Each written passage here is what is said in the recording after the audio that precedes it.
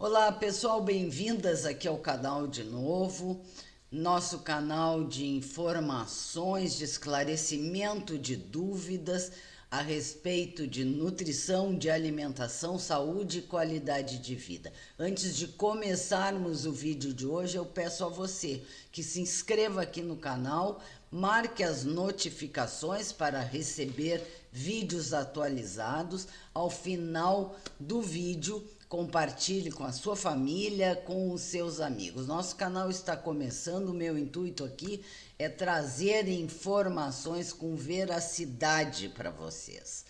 Então, eu vou deixar o link aqui embaixo e ao final do vídeo também vou colocá-lo lá e você se inscreva, ok? Bom, eu estou fazendo uma série a respeito dos carboidratos, mas me fizeram uma solicitação que eu não posso negar, que é abordar a respeito da síndrome metabólica, o que vem a ser síndrome metabólica, quais são as características, no que ela impacta, quais são os exames, qual é o tratamento, enfim. O assunto do vídeo de hoje é síndrome metabólica. Então vem comigo, me acompanhe, assista até o final.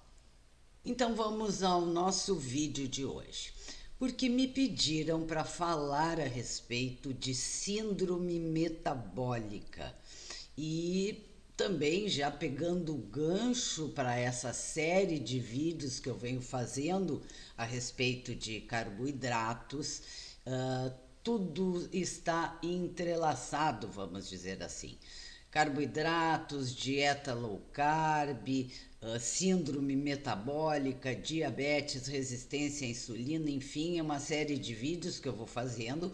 Mas, como me solicitaram, hoje eu vou especificamente falar sobre a síndrome metabólica. Para a gente começar, é preciso que vocês entendam o que é síndrome.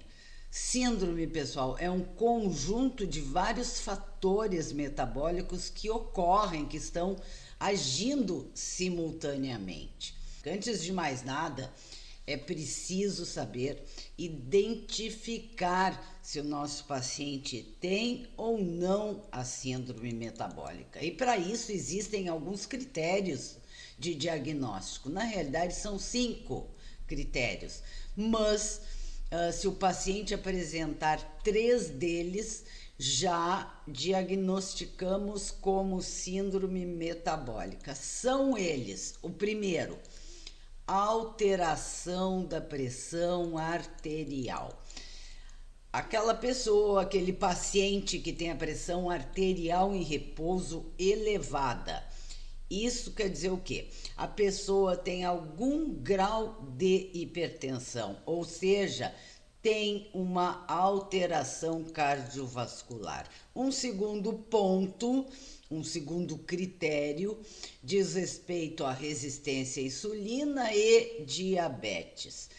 Diabetes, vocês sabem, é uma doença onde se tem um aumento da glicose. A resistência à insulina é uma dificuldade de transformar essa glicose em energia. A resistência à insulina, ela é a base da síndrome metabólica, porque é a partir da resistência insulínica, né, que nós vamos ter as complicações. Um terceiro critério: excesso de peso e obesidade. Como vocês sabem, obesidade é uma doença.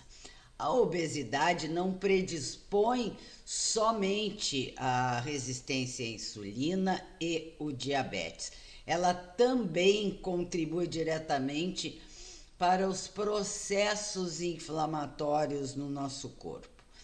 Ou seja, a obesidade, ela promove inflamação. Um quarto ponto: aumento da circunferência abdominal. O que isso significa? significa gordura visceral. E esse é um exame que vocês podem fazer em casa usando uma fita métrica, essas fitas métricas comuns de costura, né? Onde a gente analisa a circunferência abdominal do nosso paciente. O aumento da circunferência abdominal, ele aumenta o aumento da circunferência, ok, um pleonasmo, mas vamos lá. A circunferência abdominal, quando fora da métrica recomendada, ela aumenta o risco de mortalidade por doença cardíaca, aumenta em até 3 vezes esse risco, justamente por causa dessa gordura visceral, que é a gordura nas vísceras. Quinto critério, dislipidemia. Traduzindo para vocês, é a alteração da gordura na corrente sanguínea, ou seja, na síndrome metabólica o paciente apresenta triglicerídeos elevados e colesterol HDL, que vocês chamam de colesterol do bem ou bom colesterol, o HDL baixo, em nível baixo. Mas o mais preocupante, o que eu resolvi trazer aqui mais especificamente para vocês, diz respeito à síndrome metabólica e o risco cardiovascular. A síndrome metabólica está relacionada com doença cardiovascular. A síndrome metabólica é uma condição clínica significativamente associada ao aumento da morbimortalidade. E isso é muito grave, pessoal. Na síndrome, o que acontece? Aqui eu vou ter que falar um pouquinho em bioquímica, mas não se liguem diretamente no que eu vou dizer, porque aí é difícil de entender e eu não vou me aprofundar. Na síndrome metabólica, as adiponectinas vão ter a sua produção diminuída por causa daquela gordura visceral. Gordura visceral essa que tem relação, né? Nós fazemos a medição, acabei de falar, na circunferência abdominal. Bom, o que são isso? Adiponectinas. Adiponectinas são um tipo de hormônio, pessoal, que faz a cardioproteção e regula o metabolismo energético de vários órgãos. Além do que, aquela gordura visceral, a gordura ao redor dos órgãos, vai produzir também uma proteína pró-inflamatória, que nós conhecemos pela sigla ASP.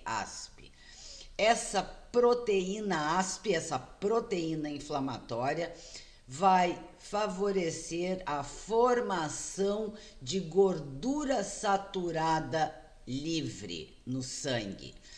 Também a síndrome vai diminuir a produção do que nós conhecemos como fetoína A. A fetoína A é uma glicoproteína multifuncional e ela é expressada no fígado, ok? Vamos traduzir isso.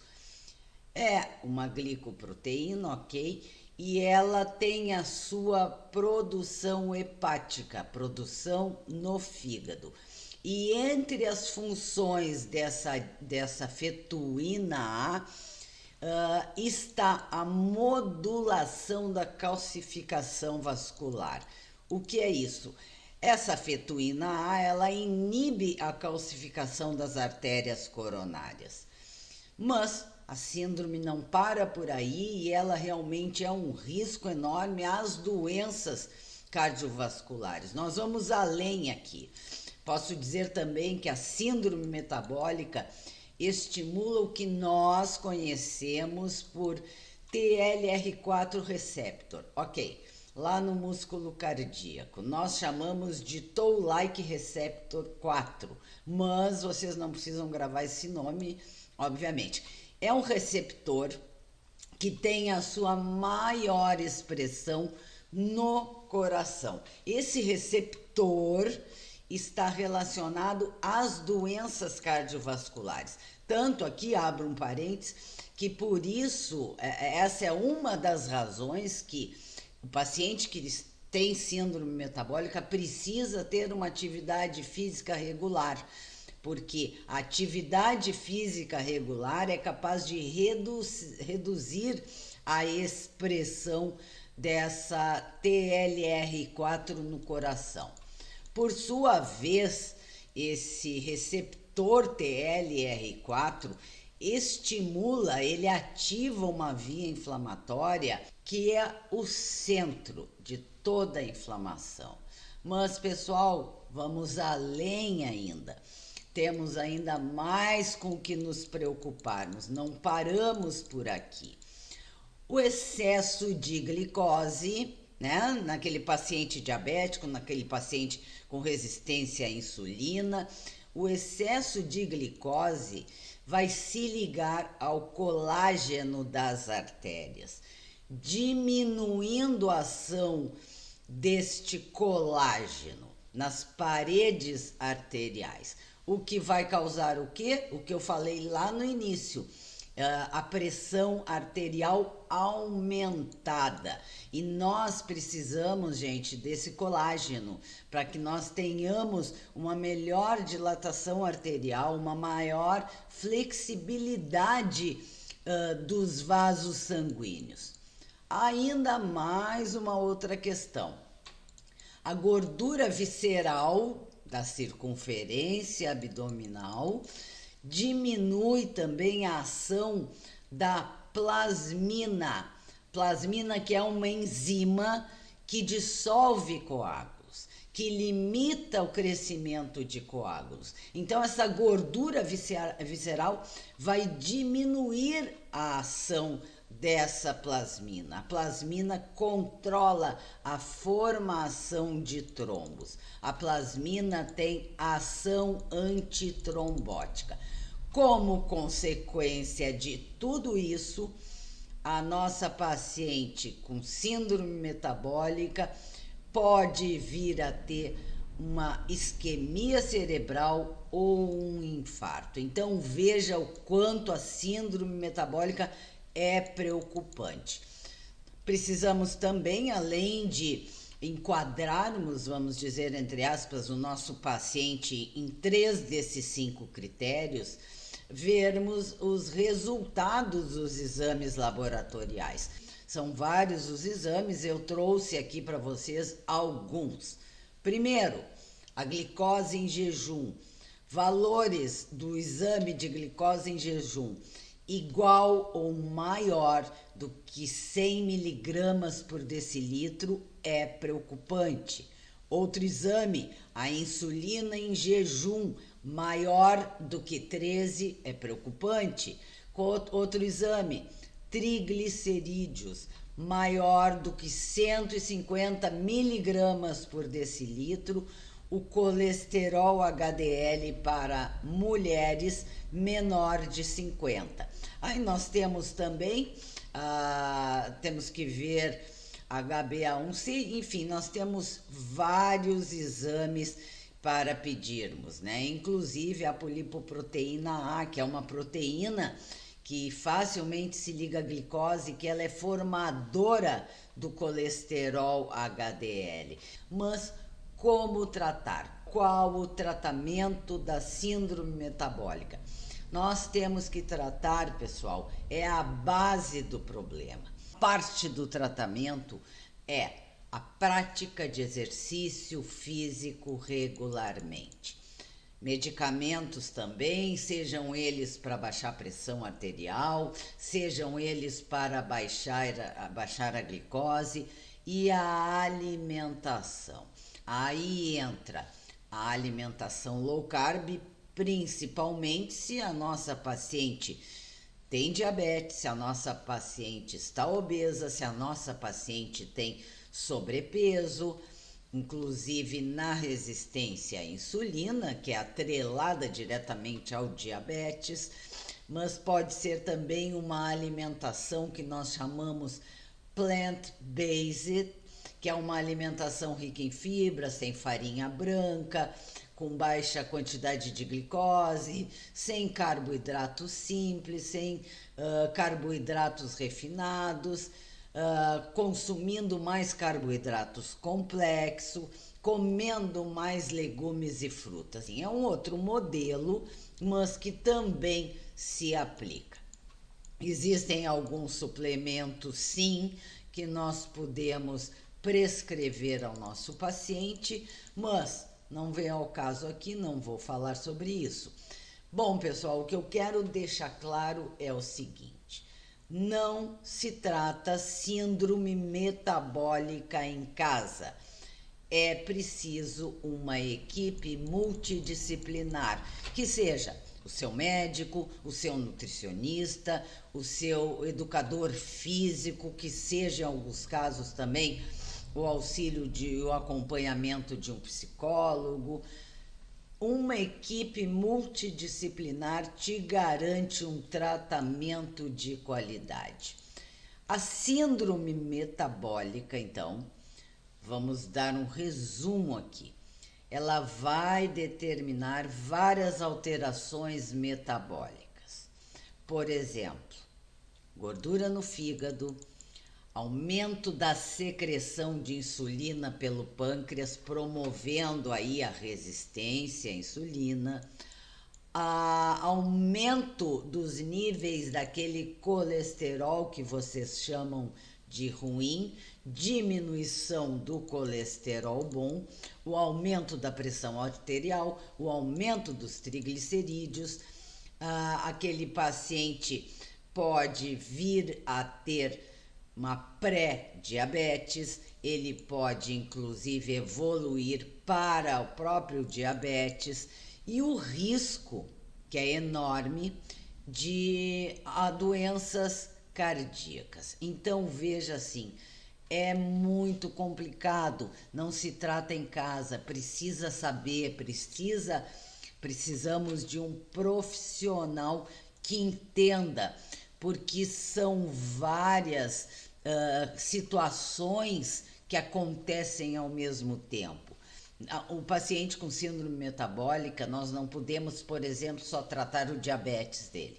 Nós não podemos, por exemplo, só fazermos com que ele diminua de peso, que ele emagreça. Então, são vários os aspectos envolvidos e todo esse conjunto de situações clínicas que estão ocorrendo no metabolismo do paciente são graves e aumenta ainda mais o risco de doenças cardiovasculares, inclusive aumenta o risco de morte. Ok, pessoal? Ficamos por aqui. Isso foi sobre síndrome metabólica, conforme me pediram, né? Mas vamos continuar com vídeos sobre os carboidratos. Eu vou fazer ainda um outro vídeo falando da importância da atividade física, porque muitas vezes o paciente chega no consultório, ok, doutora, eu tenho que praticar alguma atividade física regularmente. Por quê? Afinal, por que isso? Então, vou fazer um outro vídeo sobre isso. Por hoje ficamos por aqui. Eu agradeço, como sempre, a companhia de vocês, o tempo que vocês se dispuseram para estar assistindo o vídeo. E não se esqueça, se inscreva no canal. Se você gostou, compartilhe o vídeo com as suas amigas e com quem você sabe que precisa dessas informações, ok? Muito obrigada.